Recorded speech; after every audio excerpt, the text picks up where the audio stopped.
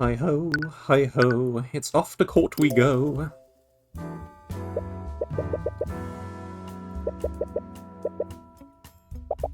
Hi Tyrion. Celeste! Don't sneak up on me like that. Why are you so nervous? It's not as if this is your first time defending someone. But I can't help it. Something about this building that just fills me with anxiety. It's too bad Ruby couldn't make it. I'd say that you should calm down for Wallace's sake, but there's so many people here, and they're all staring at me. Their eyes are prying into me like a pack of flesh-eating maggots. Gross. Don't worry, Wallace. Our investigation revealed a lot of weaknesses in the prosecution's case. You have a strong case for your acquittal.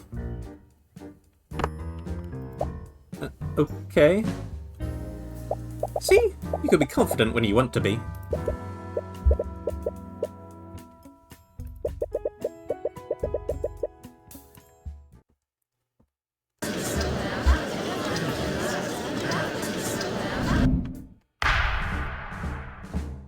Well, here we are again.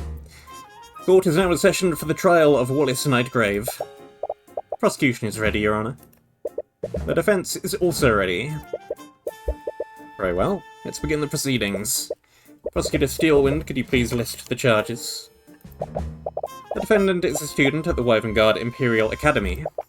Mr. Nightgrave is charged with first-degree murder, negligent misuse of the arcane arts, and illegal practice of advanced necromancy. Necromancy? Do you mean to tell me that the defendant is a necromancer? And we're ready off to a poor start. I can't believe it! Alright, Victor Maldrew. A necromancer in this day and age? How could the kingdom let this happen? Your Honour, I would like to remind the court that they should view my client objectively. Of course, but one can easily see it from the list of charges. Necromancy plays a large role in the charges. Indeed, the crime occurred within the academy this morning. The victim is Catherine Balweather, a professor at the school. Although there were no witnesses, traces of necromancy were detected on the body. Furthermore, the autopsy report shows that the body has no physical wounds. I see. Necromancy is the only type of magic that can harm an individual without physically wounding them. Additionally, the alchemist report shows no signs of poison or disease. Therefore, one can only conclude that a necromancer had committed the crime. As many of you know, necromancy is held under high scrutiny by the Crown. Aside from the defendant, no other students were permitted to learn advanced necrotic magic. As such, the defendant was the only mage in that building capable of committing the murder. I see. That is certainly compelling evidence. To properly present our case, the prosecution would like to call Commander Orrin White to the stand. Commander White, please testify to the court about the Inquisition's findings. Yeah.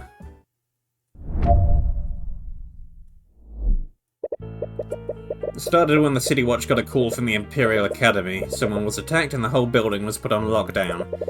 We set up a perimeter around the area and waited for the lockdown system to deactivate. When it finally got into the building, the prosecutor personally inspected the body and detected traces of necromancy on it. There were no cuts or bruises on the body either. The entire body was clean. With those two pieces of evidence, we concluded that it could only be the necromancer kid that did it.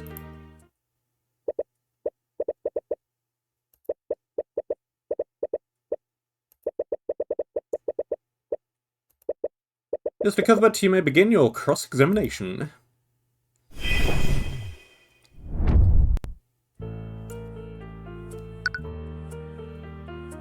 Yes.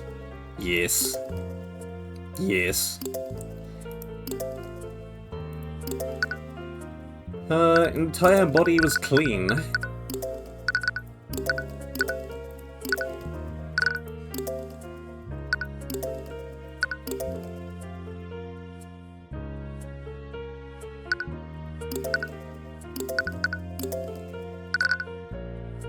Objection! Commander White, it appears that you neglected to mention one key detail of the crime scene. Yeah, and what's that? During your testimony you said that the entire body was clean. I will admit that there weren't any wounds on the body. However, the body was certainly not clean. At the scene of the crime, there was a large pool of blood located where the body was. This blood came from the victim's body, and it was definitely not clean like the commander testified. I'm sorry, Mr. Cuthbert, but I fail to see the significance of this. I'd like to remind the court of the prosecution's case against my client. They're accusing him of murdering the victim using necrotic blight, a spell that could not have physically wounded the victim. So why was there any blood at all? Let's not get ahead of ourselves. The fact still stands, there were no wounds on the body, nor were there any reports of poison or disease on the autopsy. There are clearly magical elements in this case. But Catherine Bellwether was bleeding profusely at some point. How else would there be a bloodstain on the body? Do you have an explanation for that, Miss Steelwind? No, I'll admit that the prosecution doesn't have an explanation for that. And while I do find the circumstances questionable, all other evidence clearly points to the defendant. If the victim wasn't killed with necromancy, why was there a trace of it on the body? I'm glad you asked. I'd like to present a spell that could have left a trace of necromancy on the body.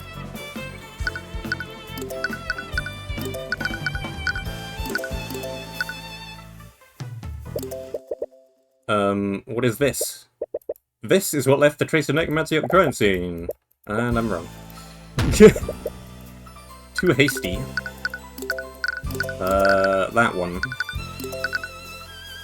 I mean, it could have been either, realistically. Apart from it's not this, because it doesn't heal wounds. Anyway. Mend wounds? Correct me if I am wrong, but isn't that a healing spell? That's correct, Your Honour. Spells from the School of Necromancy can control the force of death and life. Mend wounds is, in fact, a necromancy spell. Really now? I wasn't aware of this. Now I'd like the court to consider the following. What would happen if Bellwether was wounded and someone attempted to heal her using mend wounds? All of her wounds would disappear from her body. I see. Objection! Do you honestly think I'm that incompetent, Mr. Cuthbert? Frankly, I'm a little insulted. What? The Inquisition is well aware of what happens when a mage attempts to save a victim using mend wounds. The healers that arrived at the scene already confirmed that the victim was long dead. None of them attempted to heal her. Well, what if someone tried to heal her and didn't report it?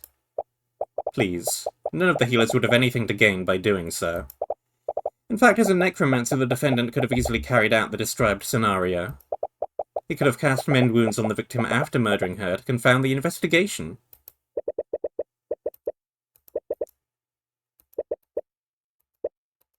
Your Honour, I will admit that I don't have any evidence to support my theory. However, I do believe that we can bring it to light.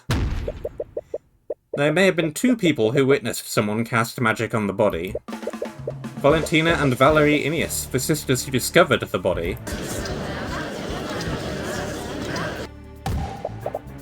This is nonsense. We've already questioned those two witnesses extensively. If they had witnessed something like that, it would have come up in their testimony.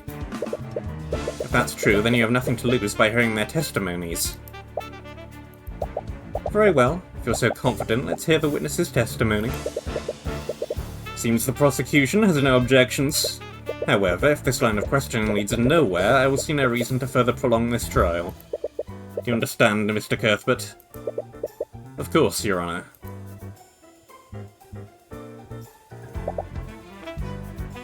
Hello. Yes.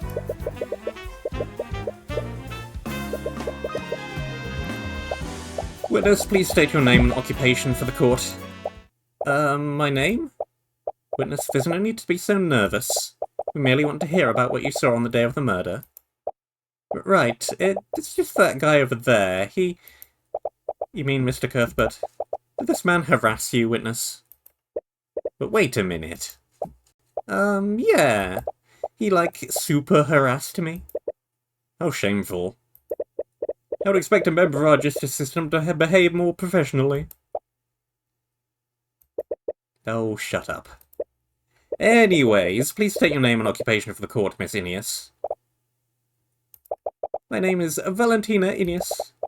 I'm a member of the kitchen staff at the Wyvern Imperial Academy. As I recall, you were one of the witnesses who discovered the body. Apparently, the defense finds your involvement suspect. Rest assured, Miss Inius, in this courtroom you will be protected from Mr. Cuthbert's harassment. Ugh. Now please testify to the court on what happened that day. Yeah. Here's where it gets interesting. I was walking with my sister in the West Wing when we noticed something in a nearby classroom. We looked over to see what it was. That's when we saw Miss Bellwether bleeding on the ground. My sister tried her best to help her, but the professor had already lost a lot of blood. While my sister did that, I used an emergency communication device to call for help. But it was too late. By the time her bleeding stopped, she'd already lost too much blood. If your theory is true, that means she just lied in her testimony. She's definitely holding something back. She definitely saw more than she's letting on. Mr. Cuthbert, you may begin your cross-examination.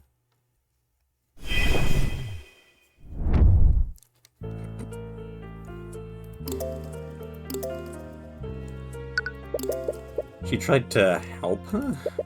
Miss Inius, how exactly did your sister try to help Miss Bellwether? What? My sister used first aid to try and stop the bleeding.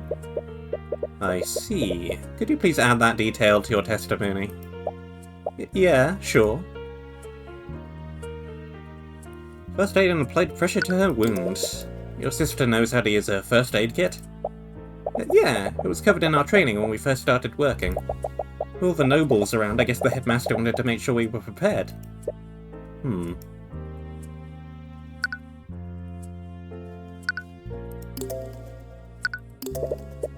I see. That must have been a difficult experience for both of you. It was especially hard on my sister. I think she blames herself for not being able to save her.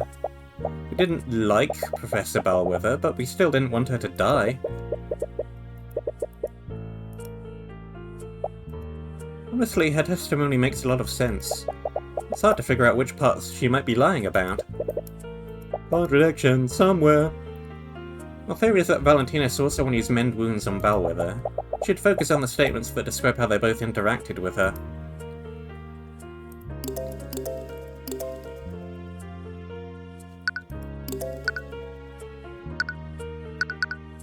Okay, let's see. We have a lot of things that are clearly gonna be useless.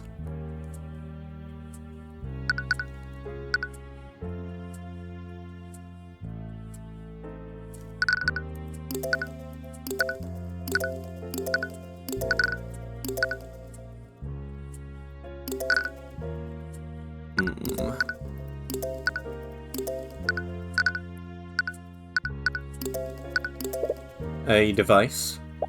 It's an artificial device that allows for long-range communication.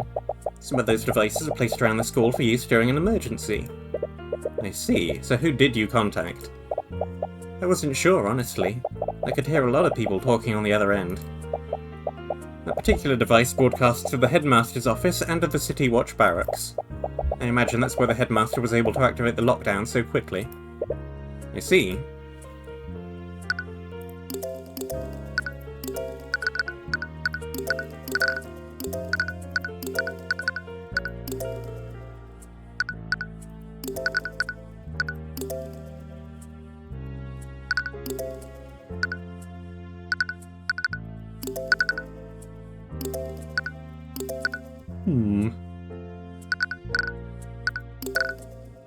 Objection! Nope.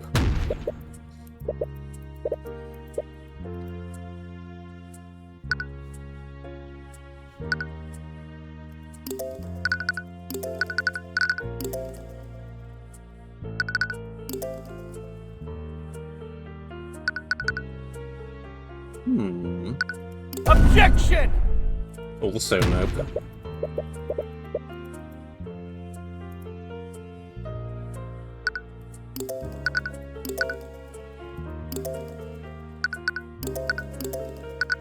Objection!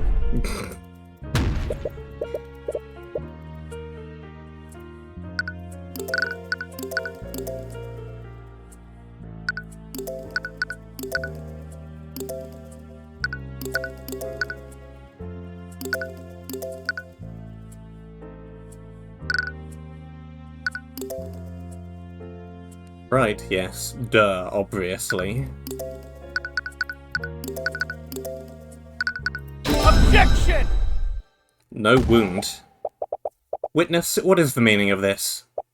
What? Why are you looking at me like that? Maybe I can elaborate, Miss Aeneas? You weren't present in the gallery earlier, were you? No, I was waiting in the lobby. Lady Steelwind told me to wait there. Well, I suppose I should consider myself lucky. You see, Miss Aeneas, one key element of the case is that the body didn't have any wounds on it. Yeah, so? So please explain to the court, Miss Aeneas. How did Valerie apply first aid when there shouldn't have been any wounds on the body? What? There's clearly something amiss here. But I'm afraid I don't fully understand the implications of this. You're accusing the witness of committing perjury, Mr. Cuthbert.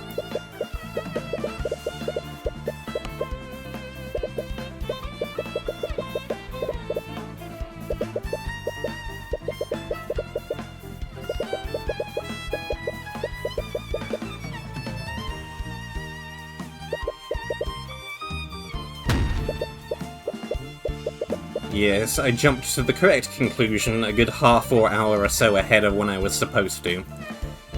The witness was lying, Your Honour, but not about everything.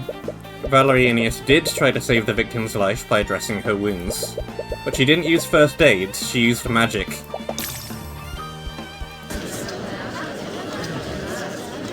Objection! I'm sorry, Mr. Cuthbert, but your theory is completely flawed. How so, Miss Steelwind? Well, it's quite simple. We've already verified that neither of the sisters are mages. What? But wait, how could you be so sure? During the investigation, we had both the Aeneas sisters attuned to a spell compendium. It's standard procedure for the Inquisition when interviewing witnesses. But then that means... That's correct. Neither of the Aeneas sisters could attune to a compendium. That's right, the Inquisition checked us both. Neither of us are mages.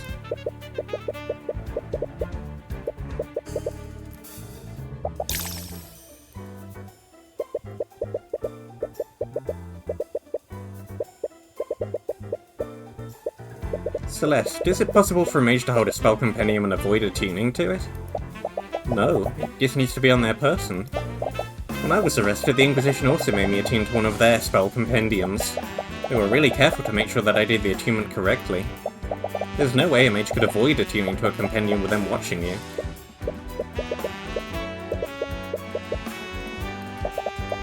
Now, if you're done, I do believe that you've exhausted all your options. But wait, I'm still not done cross-examining this witness. What could you possibly hope to glean from her testimony?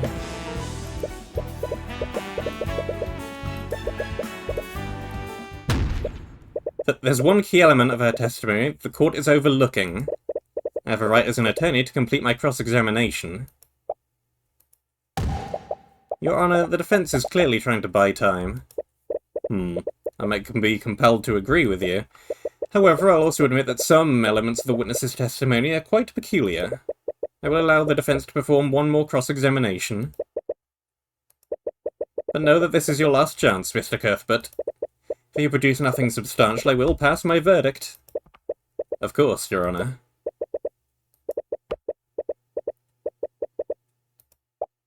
Witness, please give your testimony once more. Okay.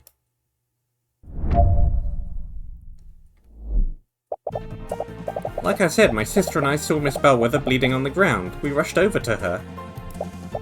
Now that you mention it, I don't know if I saw any wounds on her, but I definitely saw blood.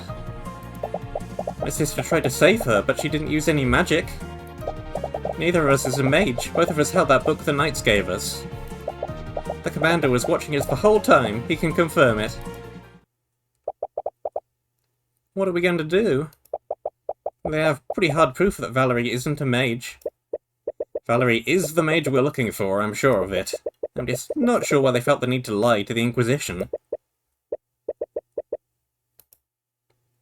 Pretty trivially, in fact.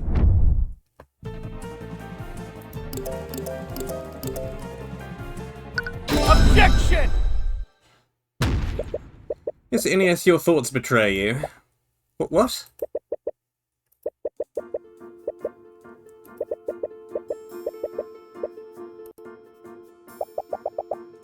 Orm was the one who collected their statements. Did he notice anything off about their behaviour? Well, he said they had a few quirks, but nothing too suspicious. Quirks? He told me that they were running and spinning around him during questioning. What does that mean? I have no idea. Perhaps they were still on edge after finding their co-worker murdered.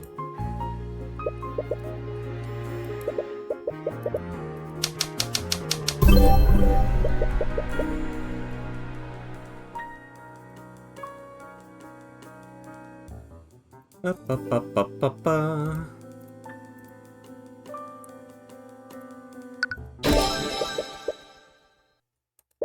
A pretty obvious ploy. Miss Ineos, there's something I want to confirm. During the investigation, both you and Valerie attuned to a spell compendium. Am I correct? Yeah, that Night watched us do it. And how did he have you do this? Did you both attune to those compendiums at the same time? Or did you attune one after another? But what? I fail to see how that makes any difference, Mr. Cuthbert. Yes, I agree. The spell compendiums would work regardless of what order they went in. You may not be aware of this, Your Honor, but Valentina and Valerie Ineos are identical twins. Which means that their physical appearances are nearly identical to each other. If Commander White didn't have them attune at the same time, what would stop the twins from switching places with each other? Objection! This is clearly nothing but baseless conjecture. Orm wouldn't fail at such a basic task. Really, Prosecutor Steelwind? Do you find it hard to believe that Commander White would fail at a task like this? The shade, though! But wait a minute, this is crazy! We didn't trick the Inquisition! My sister and I are not mages! Then prove it, Miss Ineos. Bring in your sister and we'll have you attune to 2 spell compendiums at the same time. No, wait!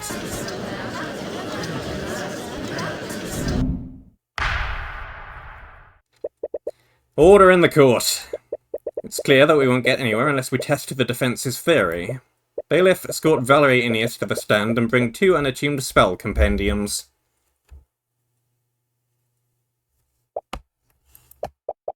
They both had their hands on those compendiums for the last 10 minutes. There's no way they can fake it in front of this many people.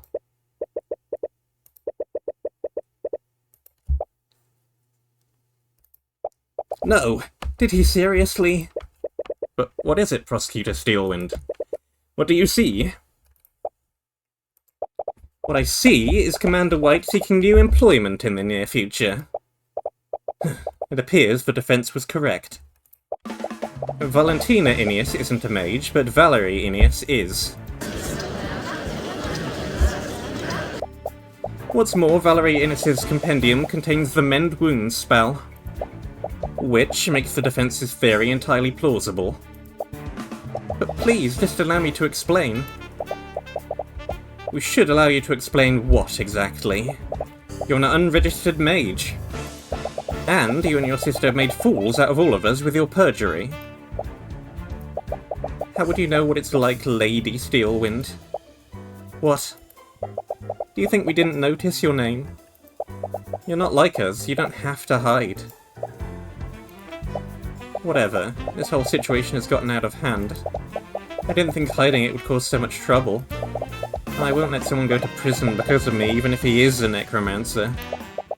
Please let me testify about what I saw. I'll tell you what really happened that day. Very well. But understand that there will be repercussions for your actions, witness. Yes, I know.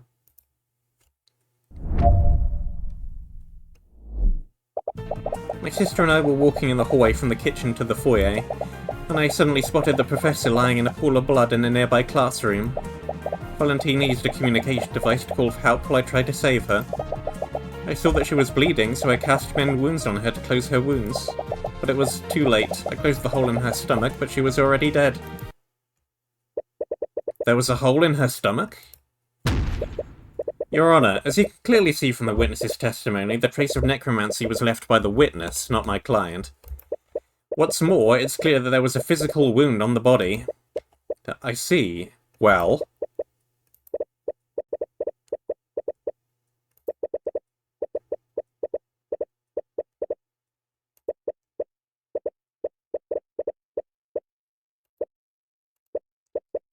Very well. The court sees no reason to prolong this trial. With these new developments, the court has no choice but to find Wallace Nightgrave not... Objection!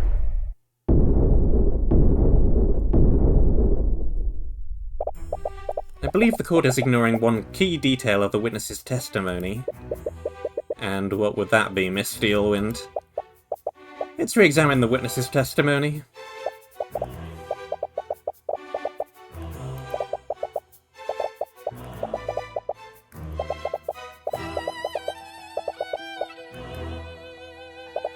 The communication device that Valentina Aeneas used logs the time of day during each use. From this log, we know that Valentina used this device at 3:04 PM. This was an hour after the time of death. Where are you going with this? Mr. Cuthbert, there was a witness who saw the victim before the body was found, Jan Hughes. He, along with another witness, spotted Bellwether walking in the hallways before the body was found.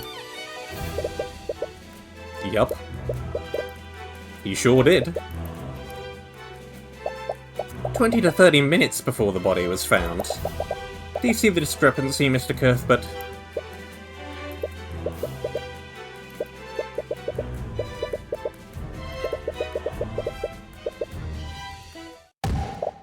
I wonder, Mr. Cuthbert, how could one make a dead body move and walk around?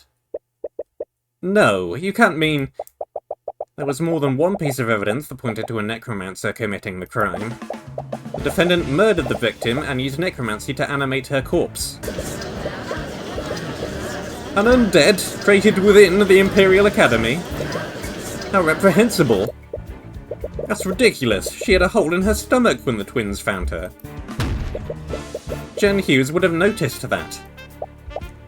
Animate corpse stops the flow of blood, so she wouldn't have tracked blood anywhere. The defendant is also prolific with illusion magic. He could have easily used an illusion spell to hide the undead Bellwether's wounds. Or another party could have easily used an illusion magic to disguise themselves as the victim. If that were true, how did they move the body to the classroom? Miss Steelwind, if your theory is true, it would mean that the murder occurred elsewhere. Would the Inquisition happen to know where? Regrettably, we do not. And the prosecution's case against my client is still faulty. You can't convict my client without more evidence. I agree with Mr. Cuthbert. With these new developments, the court sees it fit to suspend the trial for the time being. It will give law enforcement time to investigate these unknowns. Court proceedings for this case will resume tomorrow morning. Court is adjourned.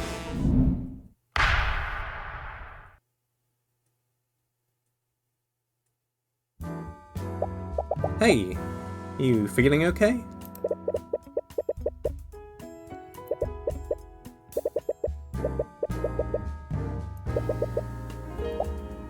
Tyrion?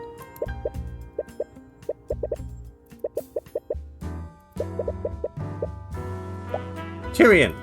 Oh, what? Been quiet since the trial ended. You were making me worried. Sorry, I was just thinking about what Steelwind said. You mean about her theory? It's a little creepy when you think about it. Do you really think someone turned the professor into an undead? I don't think so. Prosecution's case is hinged on one clear fact, that Wallace was the only high-level necromancer nearby. We have to assume that he's the only person capable of using that type of magic. But then how was she walking around? Don't know. It doesn't make any sense. So given that Wallace didn't touch the body, so we can discount the use of high-level necromancy. No matter what, someone used an illusion. But aren't there spells that can create freestanding illusions, not just disguises? I honestly don't know. We need to talk to someone who knows about that type of magic. Wait, didn't Eris say that she was studying illusion magic? She might be able to tell us if something like that is possible. Is that really a good idea? What do you mean? What if she is the one who created the illusion? What? Celeste, are you scared of Eris? What? No! I saw it this morning, too. You always get really scared when she's around. But, oh, I thought I was doing a better job of hiding it. Sorry, it's not based on anything real, but for years I've been working as a mercenary. When you do that kind of work, you build up an instinct to sense danger. You kind of have to if you want to stay alive. Sorry, I never knew. Tyrion, I fought literal monsters and barely escaped with my life. But when I'm near Eris, none of those creatures even come close. I get this feeling. It's like I'm in front of a predator that I couldn't even hope to beat. Every instinct I have tells me to run whenever she's close by. Really? But she doesn't seem that dangerous. Yeah, I know. I think maybe I'm just anxious or something. I should know better than anyone not to judge people by their appearance. Sorry, forget I said anything. If you think we should talk to her, then we should go do that.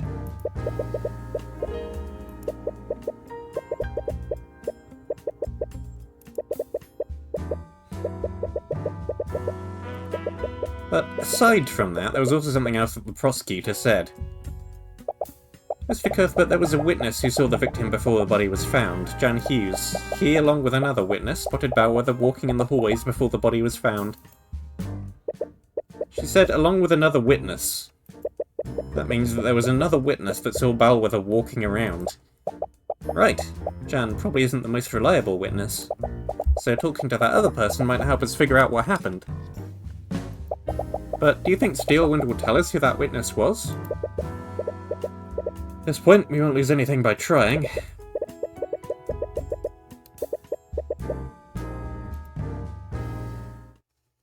I will begin by saving my progress. I will do it here. Cemetery.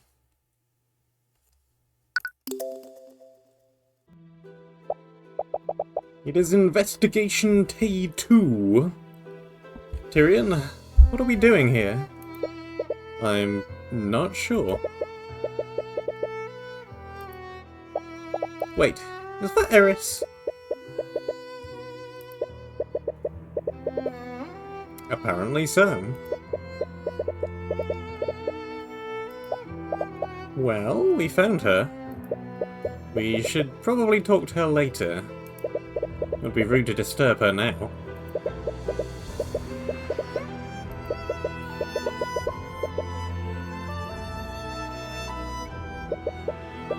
Oh, hello there. Were you two looking for me? Sorry, we were looking for you, but we understand if you'd rather talk later. No, I was just finishing up here. Did you have something you wanted to talk to me about? Well, we wanted to ask you some questions about the case. Oh? I'm an attorney. I always have questions. What do you think about this? Really now? Can't tell you everything you need to get through this case. What would be the fun in that? Okay. It was my first time watching a court trial. You were truly remarkable. Thank you. Were you in the gallery? I've always enjoyed watching physical battles in the theatre, but I see now that battles of wits can be just as entertaining to watch. Entertaining? Yeah, I know what you mean.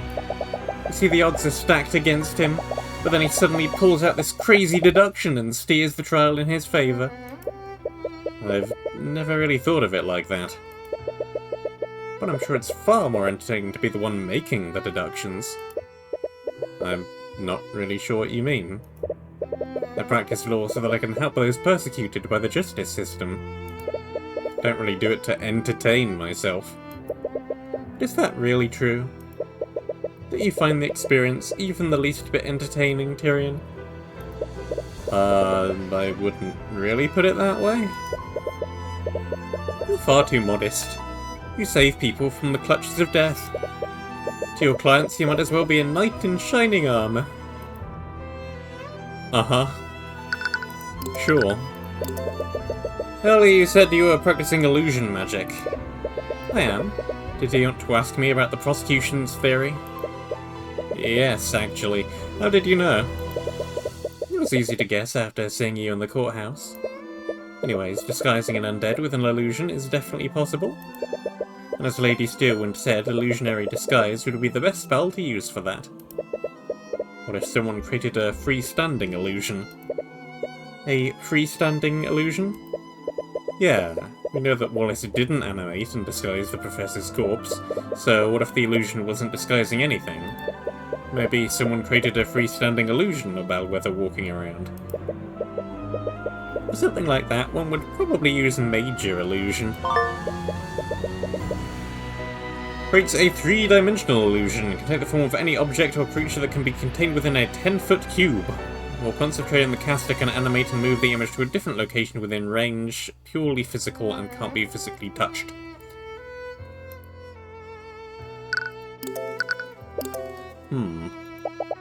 What is it? I don't think a major illusion is what we're looking for. Do you remember what Jan said?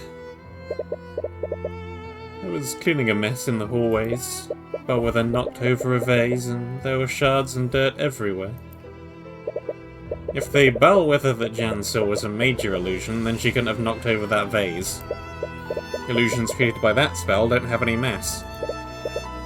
I see. How perceptive of you.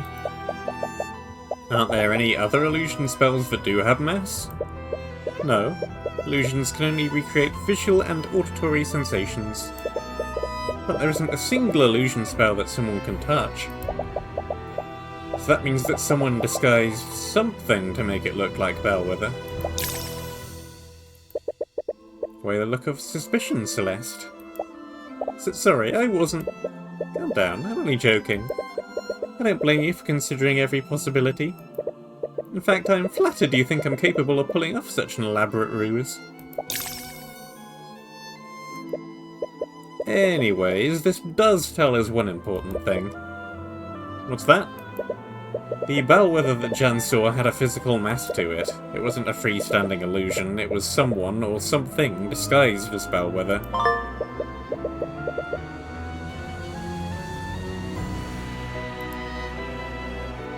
I don't think that said anything that we don't already know. It's just recapping stuff. Repario Arcanum! Yeah, I thought not. Obelisk. It's a grave. So are all the other ones. This one, however, is different. It's the grave that Eris was at earlier. Her name on the stone says Emily Grant, and her lifetime appears to be awfully short. She must have been only 12 years old when she died. Definitely more of a sister than a parent, then. Nothing else to look at. It's quite a shame, isn't it?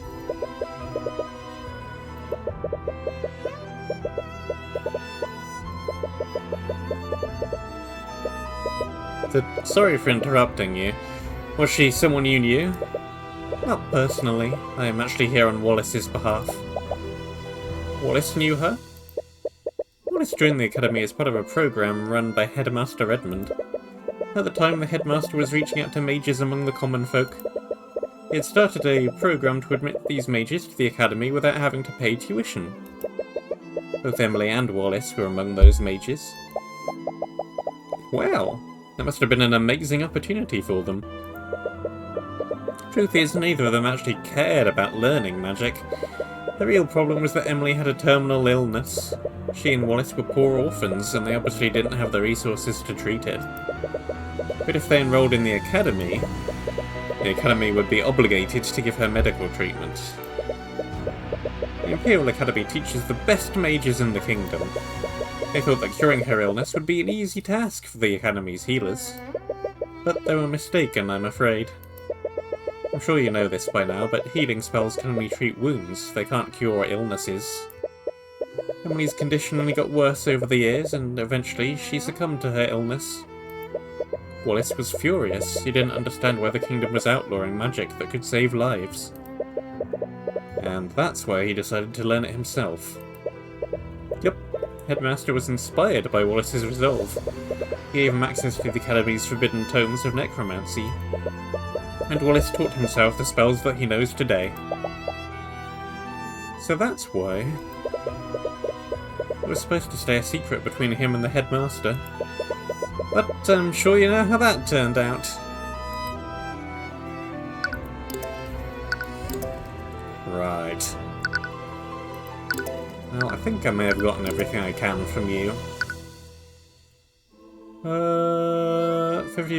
50. 30 minutes before the Ineos twins found the body, Bellwether walked past her in the West Wing hallway. He was in her path, so she shoved him out of her way and knocked over a vase and shattered it.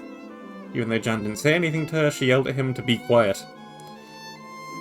After this interaction, she walked into Lecture Hall 2B. The Bellwether witness must have been disguised as an illusion, but was physically there.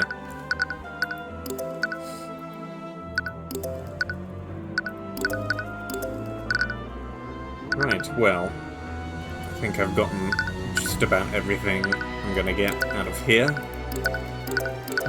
Foyer.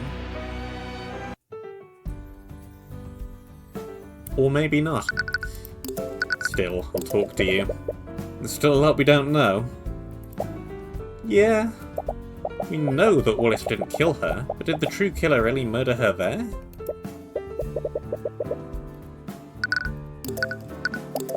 Where should we go next? Prosecution believes that Wallace killed Bellwether in the library. We didn't really investigate that room the first time around. We might be able to find some new leads there. Let's go! Oh, it's you, Mr. Cuthbert. Steelwind? What are you doing here? After what happened at the trial yesterday, I decided it would be best to start my investigation here.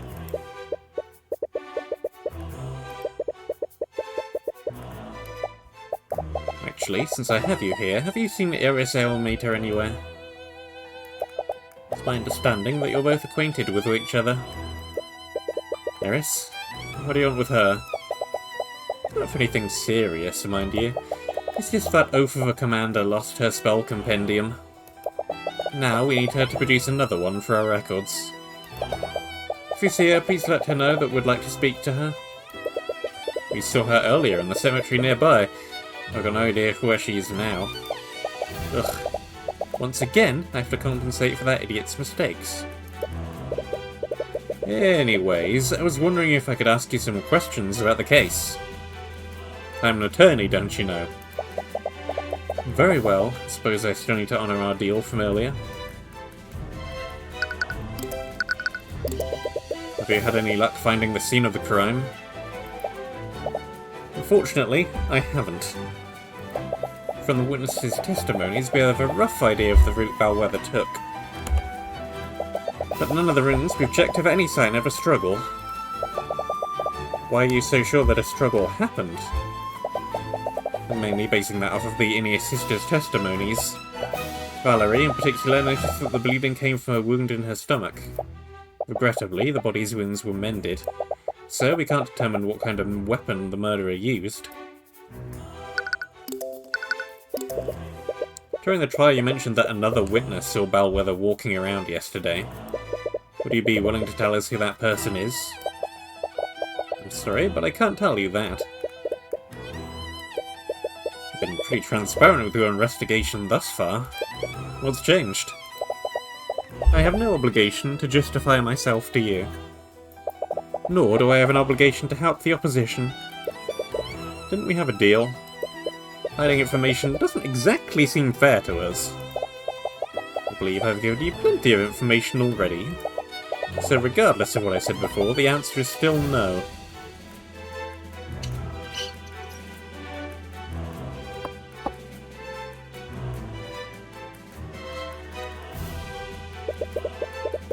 I see.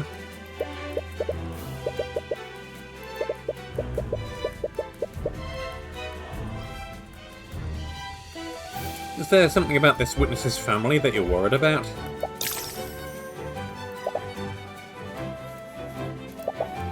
I'm sorry, but you'll have to try harder than that if you want to bluff me.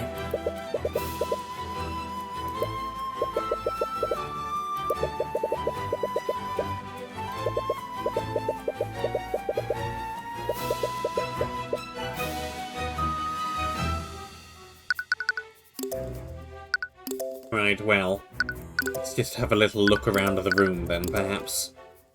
Re-examine everything. The library is full of books for educational purposes. It's too bad they didn't have any fictional books. Were you looking for a novel to read? Yeah, I was hoping they'd have some mystery novels I could read. Do you like mystery novels? Of course. What do you think I like this job so much? I've never really been a fan of the mystery genre. What? But your whole career is about solving mysteries. Exactly. It's exhausting. When I read a novel, I just want to read about simple fantasy stories and classic heroes. I guess that makes sense. What about you, Steelwind? I don't really have time for such things. It's a holy text from the Church of Bahamut. I read some of these with Eris earlier. I've been meaning to ask, do you guys worship dragons in Wovengard? I've never really been the religious type, but I've seen some devout worshippers in the capital. It's the most prominent religion here. The Scaled Lord Rathalon is said to be the source of all arcane magic. It's no wonder that he's such a large part of our culture.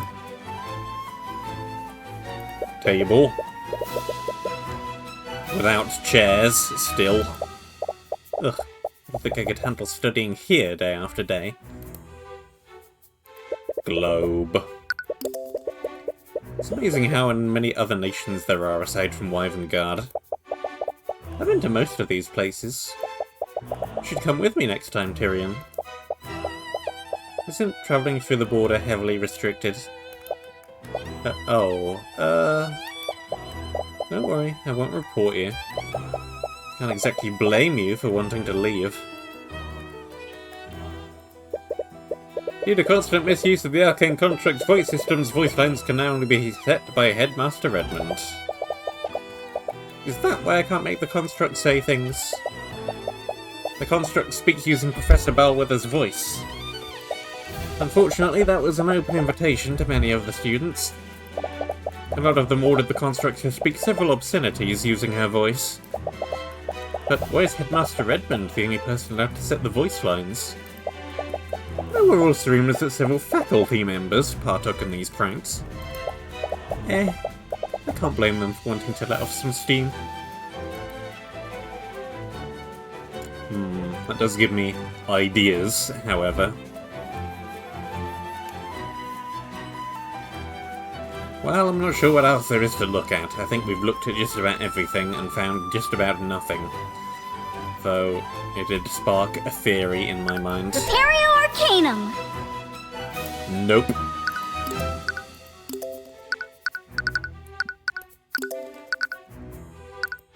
Locker room? Those sure are lockers. From what I understand, Miss Steelwind has already moved the investigation elsewhere. How long must I wait before I can retrieve my things? Sorry, old timer. Orders are orders. Nothing comes in or out till this case is over and done with. Commander White, and the headmaster too. Oh, hello, Mr. Cuthbert. Hey, kid. In any case, there are other matters I must attend to. Please inform me when I can reclaim my things. Sure.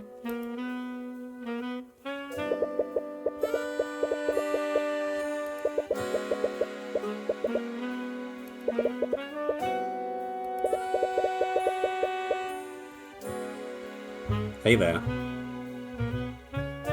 Care to tell me all the prosecution's secrets?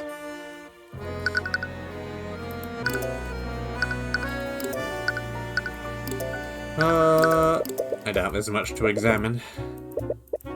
I cannot even try. What was the headmaster talking to you about? Supposedly, he has some items stored in one of the faculty lockers. Problem is, Steelwind said there's no one gets in or out of this room. Except for her and you two, apparently. She won't even let the other knights in here. Really? Is that normal? Nope. But things really are when she's calling the shots.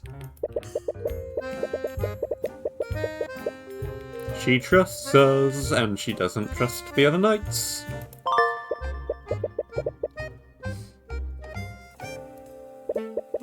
I don't know what her deal is, but she's been acting strange lately. She's been real paranoid, that girl.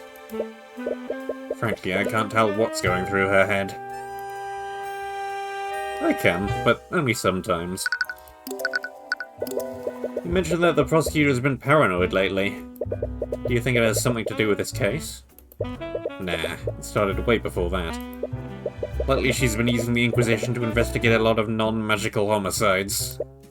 What? Whence? Wouldn't it be easier to work with the relevant law enforcement for that? I don't know why, but she's convinced that these cases have magic involved. But we scanned each and every single one of those crime scenes. Nothing turned up. I gotta say, though, if it weren't for the scans, I might actually agree with her. Why do you say that? Those homicides. I haven't ever seen anything like them. Probably some of the most screwed-up cases I've ever handled. For one of those cases, we had ourselves a disgruntled spouse. She found out that her man was going around with a barkeep. And you know what the spouse does? She stalks the poor woman. She starts leaving threatening notes all around where she worked. The barkeep told the city watch all about what was happening, but no matter how much they staked out the tavern, they could never catch the pup. Then one day the barkeep arrived home, but little did she know the spouse was waiting there for her. Poor lady never had a chance. Then, to tie the whole thing together, the spouse waits for her husband to get home. She cooks him a big roast, using the barkeep's remains. Ugh. Well, that story is, pretty... I know. Steelwind thinks someone's developed any type of magic that can control people's minds. You don't say. And these homicides were some kind of sick test run. But wouldn't Mage Blight make more sense? Mage Blight? When a mage overuses their magic, it can have pretty bad consequences on their mind. They temporarily lose grip of reality and begin seeing things that aren't there. When a mage becomes like that, it almost never ends well. They enter a frenzy and begin firing spells randomly, which only makes it worse. I've seen my fair share of Mage Blight cases, and this isn't like that. Not all of the perps were mages, and the ones that were didn't even use their magic. One thing that was that each of the perps almost seemed to wake up after we arrested them. All of them said things like it wasn't me, or I didn't have a choice. They didn't have a choice? What could that mean? I doubt it means anything. Sometimes people can't face the things they've done. It's easier to say that you had no control than to take responsibility.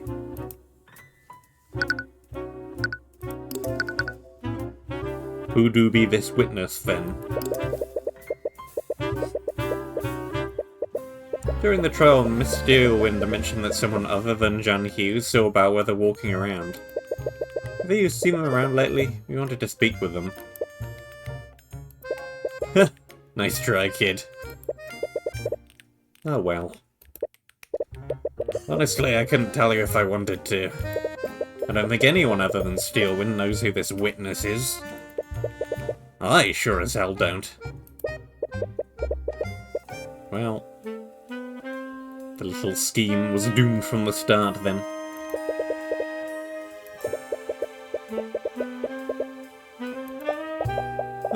This isn't getting us anywhere. Steelwind's behaviour is strange, though.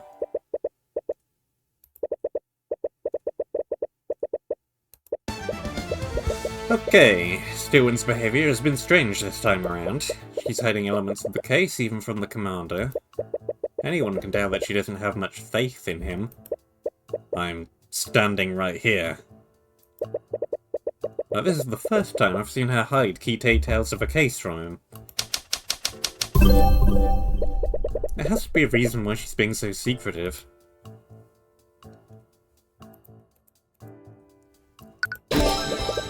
Her actions must be driven by paranoia. She's been hoarding information about the case. There's only one reason why she wouldn't utilize the Inquisition like she usually does. We've previously known her for only one other case. I don't think we have too much of an idea how she usually does things yet. But okay. It's because she doesn't trust them.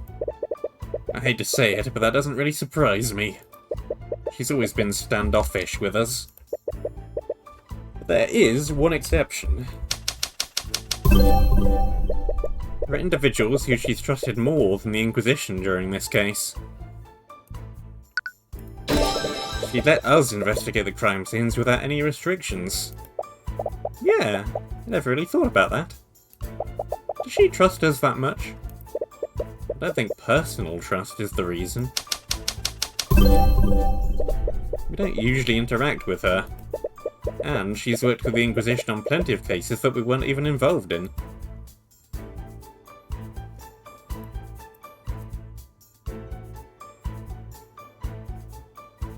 Let's see...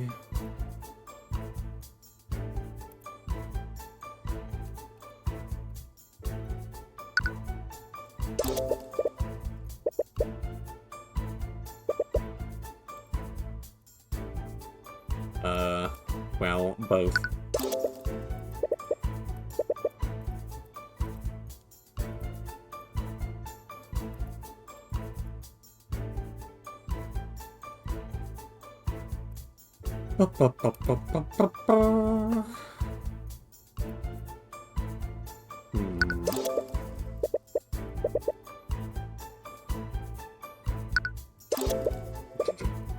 Isn't capable of the Inquisition.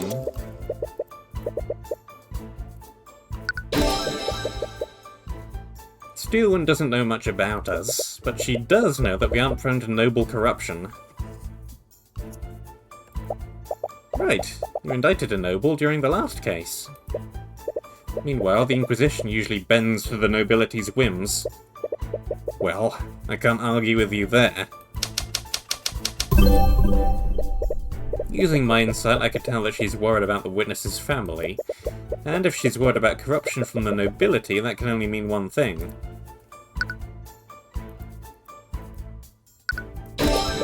The witness has to belong to a noble family. That's why she's so wary of interference. But we're obviously not going to do anything corrupt.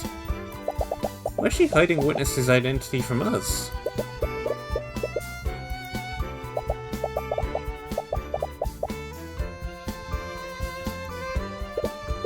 I think she's worried about our safety.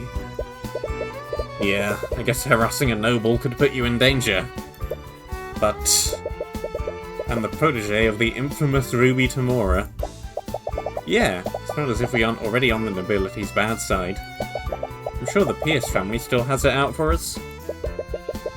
This could only mean that the family we're dealing with is even more powerful than House Pierce. If the prosecutor is wary of them, they could even be as powerful as the Steelwinds. Wait, don't tell me you think we're dealing with one of the Four Pillars. 4 Pillars? It's a name people use for the top 4 noble houses. These families stand at the top of the kingdom's aristocracy. If I recall correctly, the 4 pillars are House Frigga, House von Sanctus, House Sybil, and House Steelwind. Steelwind is a part of one of them. Yeah, which makes it so much weirder that she's serving as a prosecutor.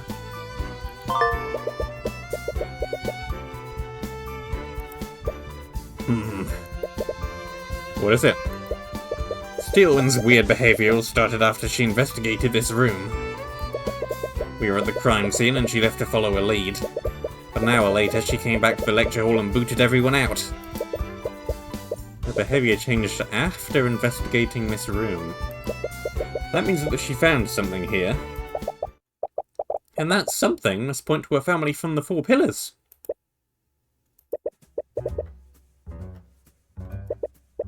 You know, Steelwind's orders say I can't snoop around here. But you two, on the other hand... Don't worry, just leave it to us. I have some school records that say what locker belongs to which student.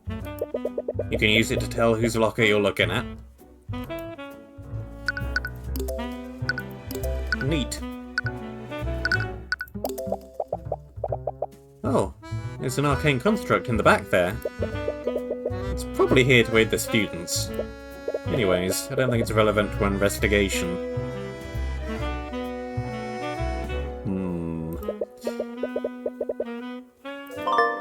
I will indeed make a small note of it anyways.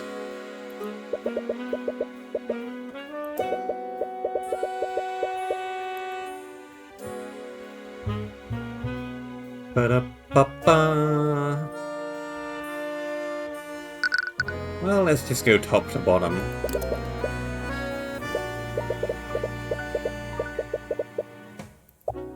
Huh, I didn't expect Wallace to use stuff like this.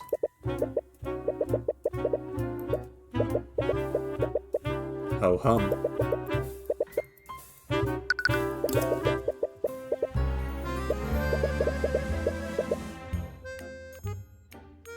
Seems pretty typical for a student locker. Wait a minute. These notebooks all have Wallace's name on them. Still seems relatively typical for a student locker.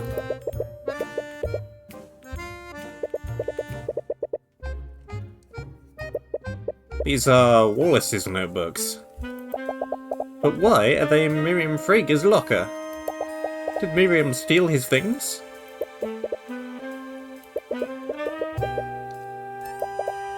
Wait a minute. Tyrion, take a look at this. That's blood.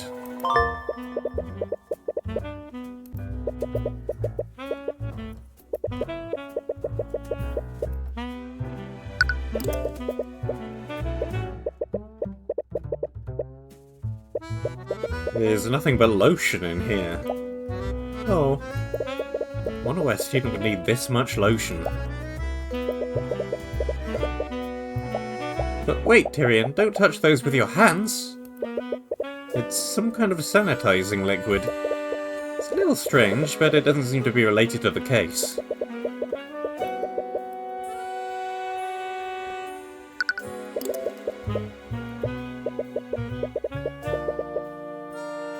Tarot cards. Oh, it's like those cards that fortune tellers use. I wonder if the student studies divination magic. Anyways, I don't think this is related to the case. Well, that's all of them. You found a few things. I can't really make sense of any of it. We should look at this from the prosecutor's perspective. Steelwind found something in one of the lockers. Whatever that was, it made her extremely paranoid. No matter how we look at it, we found some insanely suspicious things in Frey's locker. Yeah, the Wallace's notebooks and even some blood. That blood is certainly strange. It implies that something bloody was stored there. Do you think someone stole it? No, actually. I think it was Steelwind who took it. Oh right, I'll mention that she investigated this room. She must have taken the bloody item as evidence.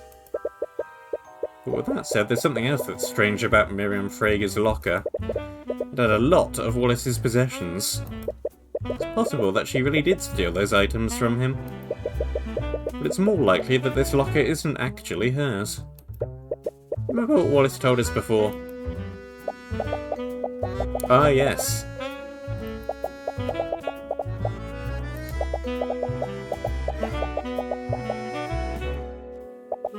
So, someone switched the nameplates? This means that this isn't Miriam Frager's locker, it's Wallace's. But that would mean that the bloody object came from Wallace's locker. It appears so. But if that's true, why didn't Steelwind present the bloody item during the trial? I proved that Bellwether was wounded before Valerie healed her. Wouldn't that have been the perfect time to present what she found? It was a bloody item found in the defendant's locker, after all. She could easily have proved that the nameplates were switched, too. Right, that is weird.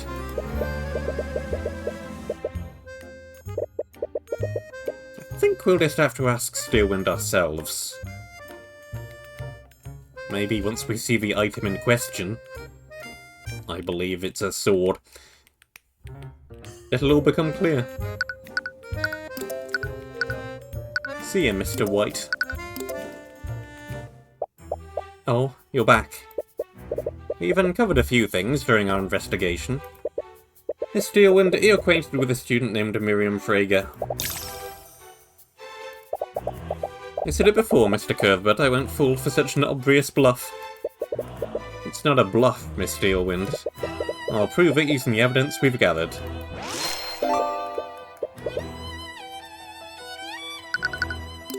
Well, here goes.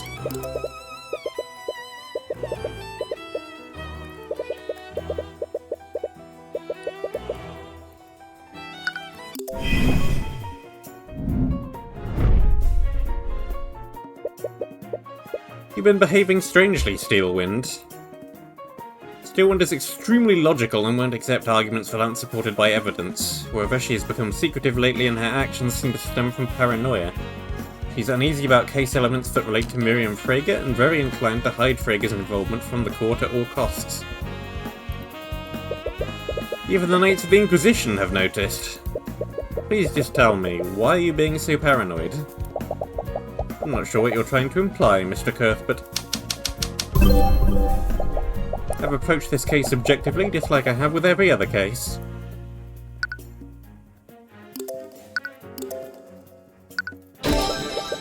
You've ordered the Knights to stay away from the crime scene, and you've even taken it upon yourself to conduct the investigation yourself. That is not normal behaviour for a prosecutor. I took those actions because the Inquisition is incompetent. How could I possibly trust them with anything? The Knights are incompetent, but even you can see the value of delegation.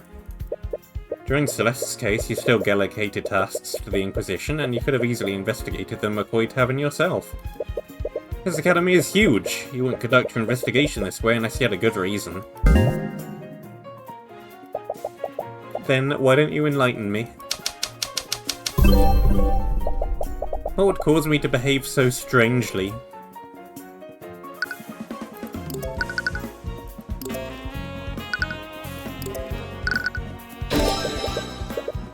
You know that the Inquisition is corrupt and will bend to the nobility. So, what would happen if a powerful noble were publicly involved in this case? With that noble's influence, they'd probably order the Inquisition to conceal their involvement. A high-profile noble is involved in this case, Steelwind. And I believe that noble is Miriam Frager. Again with this, do you think you can bluff me by throwing out the names of random nobles? Not every noble is a malevolent criminal like Garrick Pierce. I've said it before, and I'll say it again. Nothing about this case has anything to do with House Frager.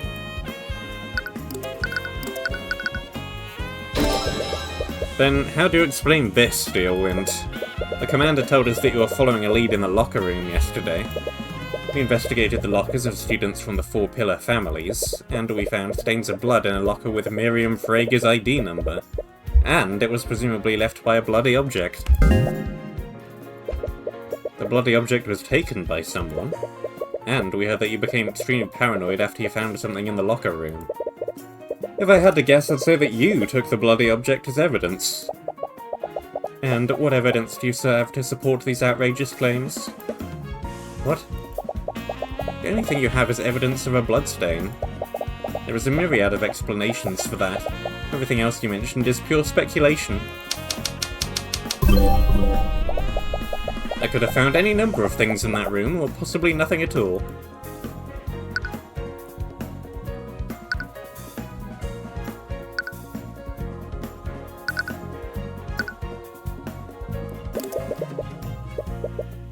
Well, apparently it wasn't that.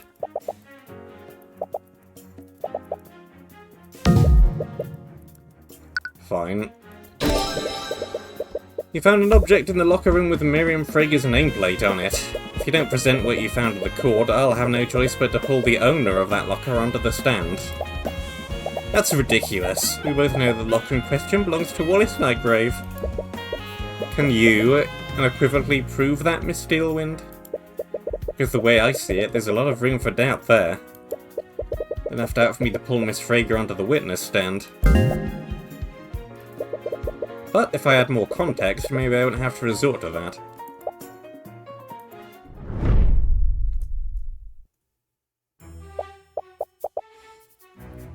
Well played, Mr. Cuthbert. I suppose I don't have a choice, do I? Not really, no. Just so we're clear, I wasn't acting to protect the nobility, but I'll admit that Miriam Frager was the other witness that saw Bellwether that day. I see.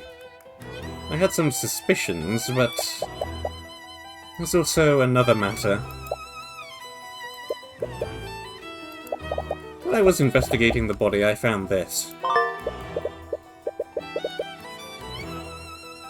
Slightly packed folder containing several documents that contain evidence detailing multiple instances of plagiarism, fraud, bribery of school officials, and various other offences committed by Miriam Frager. Oh boy, a motive. What the? Looks like Miriam's been cheating at school. But why would Bellwether have something like this? From the way it's arranged, I think it might have been blackmail. Miriam Frager is considered a prodigy in the practice of conjuration magic. She's won a litany of awards, and she will most definitely graduate with honours. If these files were to reach the public, it would absolutely ruin her reputation. Do you think that the professor was trying to threaten her? It appears so. When I discovered this, several elements of the case were still unknown. I decided to look through her belongings, and I mistakenly looked through the locker with her ID. I found this in that locker. Aha! It is the sword! It's a valuable family heirloom to House Frager, reported stolen weeks before the murder. Oh, really? This is... It's very likely that this is the murder weapon. This rapier is a valuable family heirloom for House Frager. And a few weeks ago, Miriam reported that the rapier was stolen from her room. And then it was found in Wallace's locker. Not that I'm complaining, but why didn't you present this in court? To be honest, I'd like to avoid involving House Frager by any means necessary. I knew it! You're just protecting her, aren't you? Miss McCoy, do you recall how Wyvernguard's justice system works? To acquit a defendant, you need to unequivocally prove that they didn't commit the crime. Because it's one of those rubbish fantasy court systems.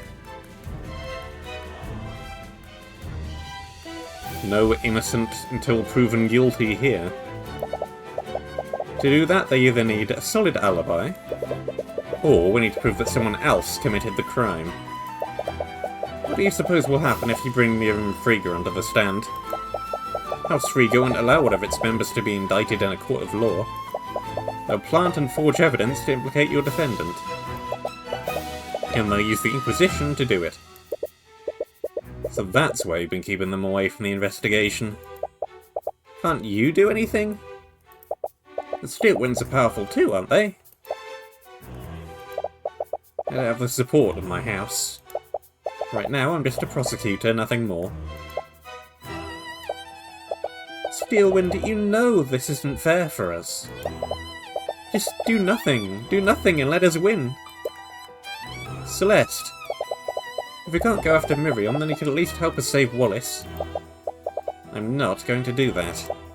Why? What if Miriam Frager is the real killer? Her sword is the murder weapon, and Bellwether was trying to blackmail her. I seem to recall another case when an innocent person's sword was used to frame them. But that's... As a prosecutor, it is not my place to decide who's guilty and who's not. I won't engage in corruption, even if it's counter-corruption from another noble house. I'm sorry. Do you know where Miriam is right now? Didn't you hear what I just said? You can't let her think there's even the slightest possibility you'll indict her.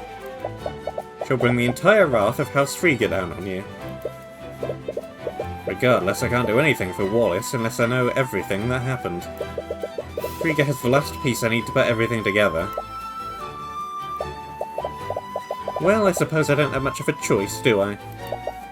Her dormitory is room 107. I imagine she'll be there, considering that classes are suspended. Thank you, Steelwind. If I don't tell you, I'm sure you'll probably just find out using some other means. But please, Mr. Cuthbert, be careful. Well, I think I have a pretty good idea who the culprit is now. And it ain't Miriam. But off we go anyway.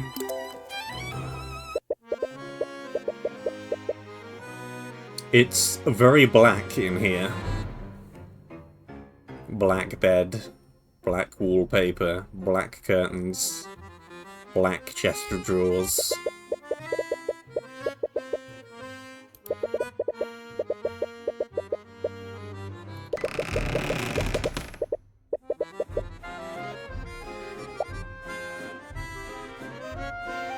Hello. Excuse me? How dare you barge into my room? Sorry, I meant to knock, but... Construct, remove these hoodlums from my room. Acknowledged.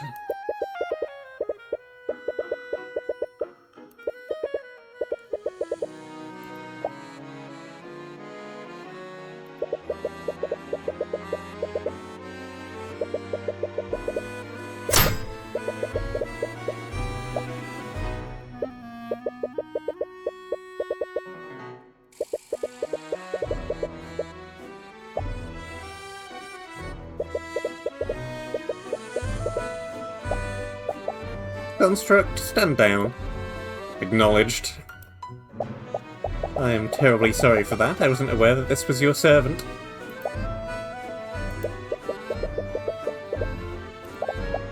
I haven't noticed you around campus. Are you a new student?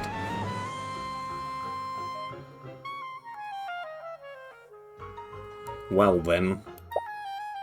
What? Yes, my master just enrolled here recently. What?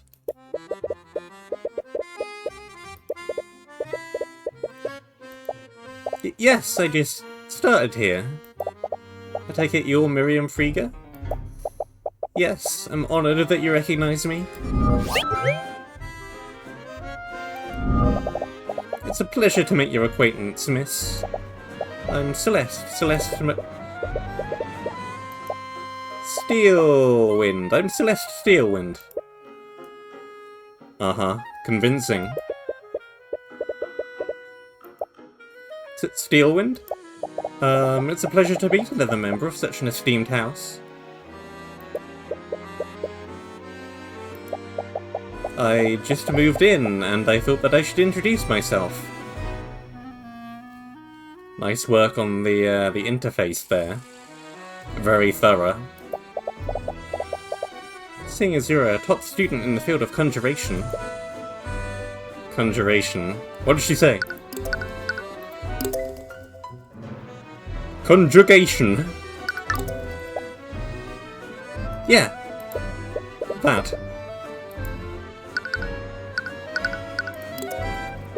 It's a bed.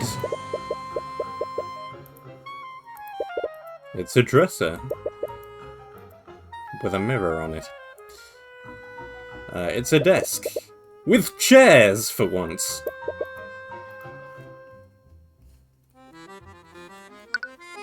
Repario Arcanum. It's a nothing. Cool. Miss Frigga, I was wondering if we could ask you some questions about... Excuse me, I don't believe anyone has permitted you to speak.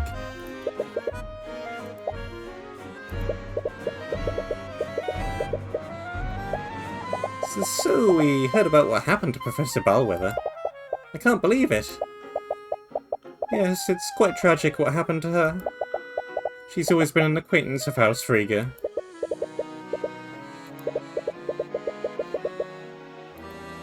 Uh-huh. We kind of brought this on ourselves. We heard that you saw her on the day of the murder.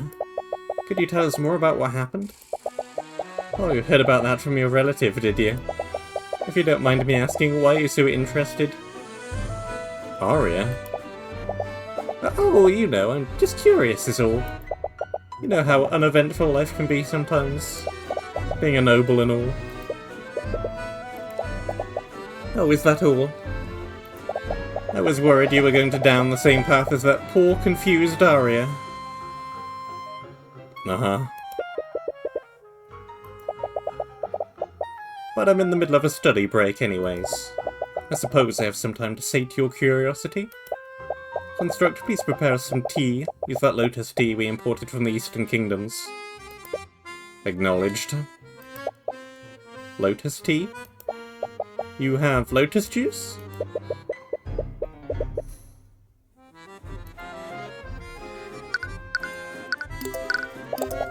I heard that you saw the professor on the day of the murder.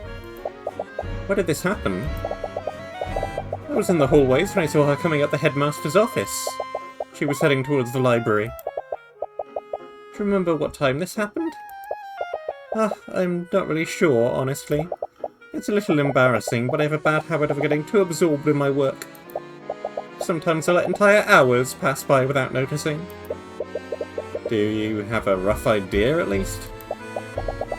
I think it was in the morning. She thinks it was in the morning.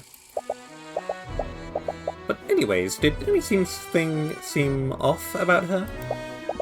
No, it was a short encounter. I merely greeted her and she responded in kind.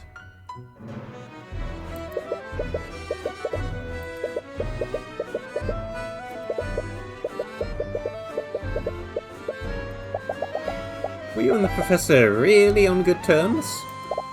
I heard she was pretty mean towards the other students. Toward the riffraff, maybe, but not to students like us. She was a great ally to House Freyja. That's why we were planning on appointing her as the new headmaster. Wait, what did you just say? Yes, I think I have this, pretty much all figured out. Did you just say that your family was going to appoint Balwither as the new headmaster?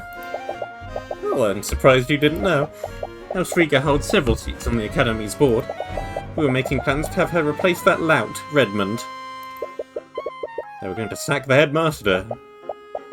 Did Headmaster Redmond know about this? Oh, of course not. This was part of a large-scale plan. Along with Redmond, we were also going to replace all of the staff members with arcane constructs.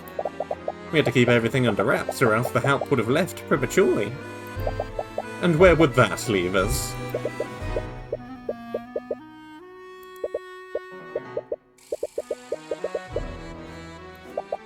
But alas, with Bellwether gone, we'll have to delay our plans.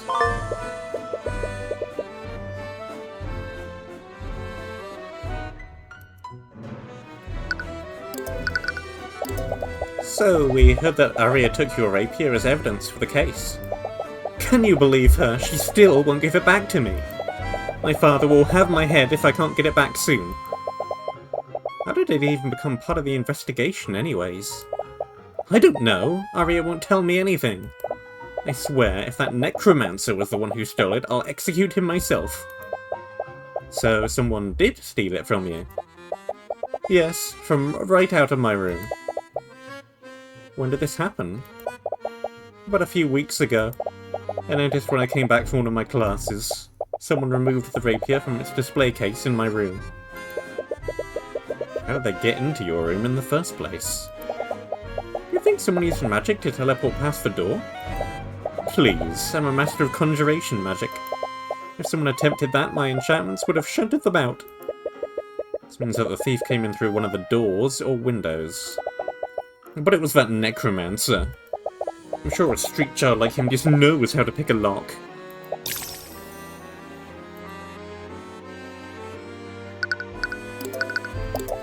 I've heard that you're one of the Academy's top students. Your grades must be amazing. Of course, as an inheritor of House Freyja, my grades are impeccable.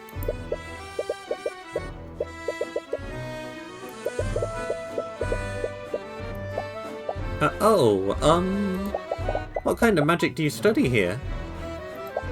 You must be joking. I study magic from the School of Conjuration. Look, it even says in my user interface here.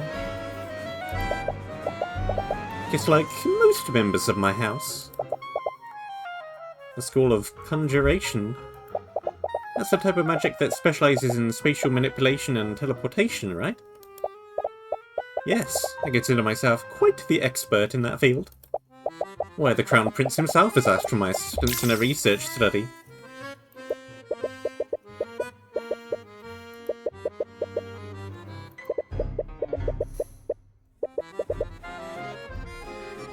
I'm not so sure she is. You said something about my wayward relative before. Were you talking about Arya? Oh, I'm terribly sorry if I offended you. And I'm sure it must pain you to see the way that she's been acting lately. Yes, it's been extremely hard. Did you know that she even interrogated me about the murder yesterday? Can you believe it? A steel wind running around a crime scene like a common knight? Why, if I tried something like that, my father would disown me. Probably not.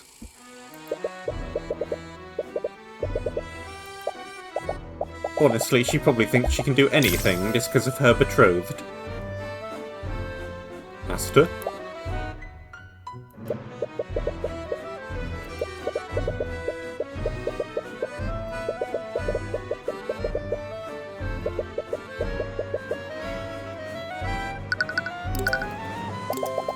You have an arcane construct in your room. I thought they only had them in the library and the locker room.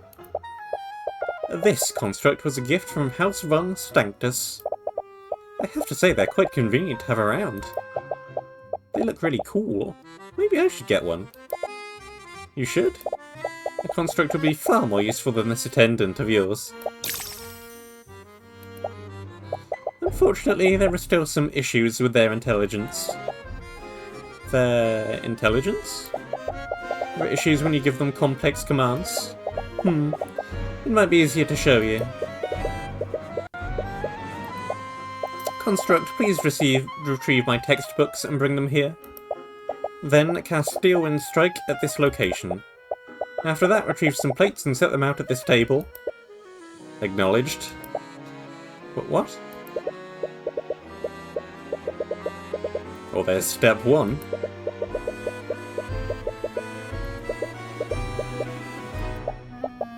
Wait, what happened? The construct obviously can't cast Steel Wind Strike, so my second command was impossible to carry out. But did you notice something else? It ignored your third command too. Correct, my third command was possible to carry out. So why did it ignore that command? Constructs execute a series of commands in the order they are given, but let's say one of those tasks is impossible to complete. When the construct gets to that task, it will deem the entire series impossible to complete. As a result, it will stop executing the series altogether. So, if a task in a series of commands is impossible, then that command will interrupt the series of commands. Exactly.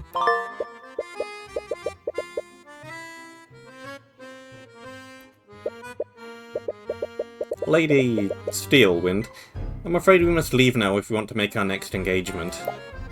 Oh, right. Let's go. Servant. Oh, leaving already? It was a pleasure talking to you. Yeah, sure. I hope to see you around.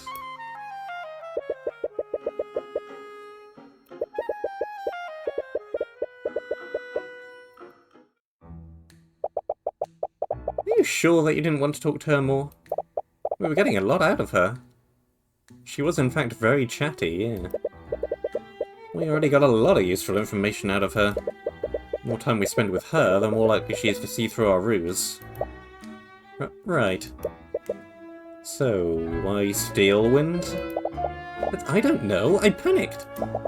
Arya is like the only noble I know. What about Pierce? I'm not using that creep's name. Understandably so. Well, hopefully Steelwind doesn't mind us borrowing her name. And we got her statement on what she saw that day. And there's also what she said about her rapier. bet she was lying when she said it was stolen. She was probably trying to establish an alibi. I'm not so sure. Why do you say that? Doesn't it feel too obvious? If she was lying about the rapier being stolen, that would imply she planned all of this in advance. But if she had to choose a murder weapon, why would she choose something that literally has her name on it? I'd understand if the murder was a spur-of-the-moment decision. Might have used something nearby in that case. But if this was a premeditated murder committed by Miriam, that rapier would be the last weapon she would choose. Right. I guess that makes sense. There's also the evidence of academic dishonesty. Doesn't match up with what we heard from Miriam. You mean all that stuff about working with the Crowned Prince? She was probably just making things up to look good in front of me. I have an insight when it comes to things like this. Under normal circumstances, I can usually tell when someone is lying. A lie as grandiose as that would be something I would definitely see through.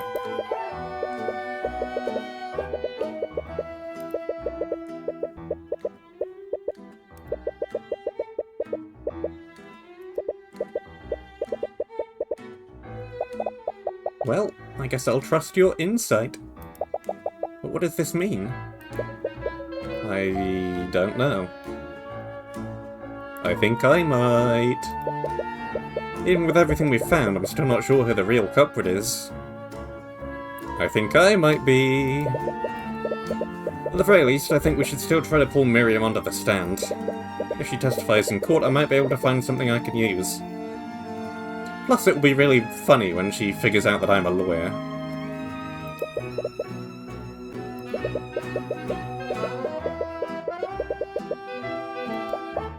Either way, it's getting late. I probably should turn in soon.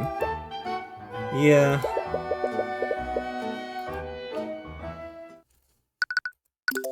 And save.